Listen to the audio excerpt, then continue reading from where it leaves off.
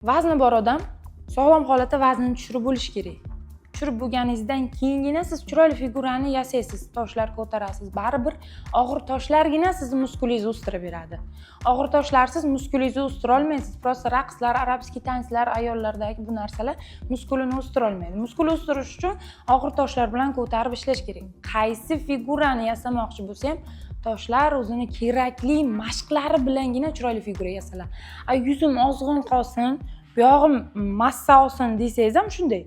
To'g'ri massa olishingiz kerak. O'ziga kerakli bo'lgan oqsil, eng birinchi o'rin muskulni tuzilishiga kerak bo'ladigan narsa bu oqsil, qurilish materiali oqsil.